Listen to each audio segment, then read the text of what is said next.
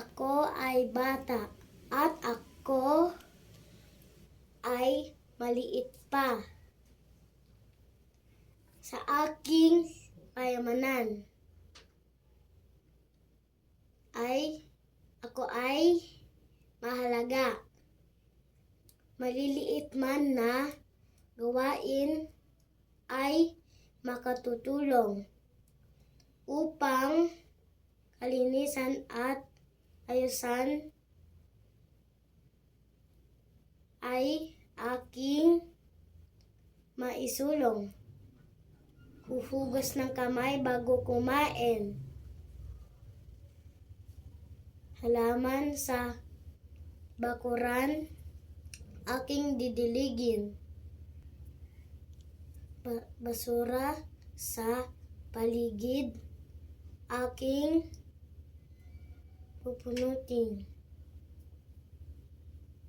At dumi sa aming bahay, aking lilinisin.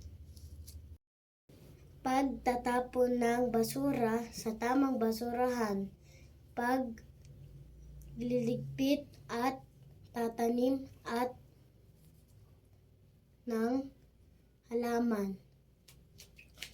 Pagsunod sa batas trapiko ay hindi makakalimutan para sa isang malinis at maayos na payamanan.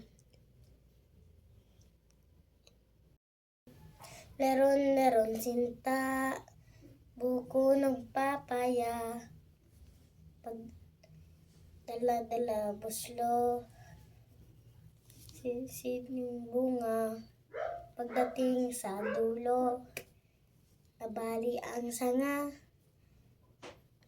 kapos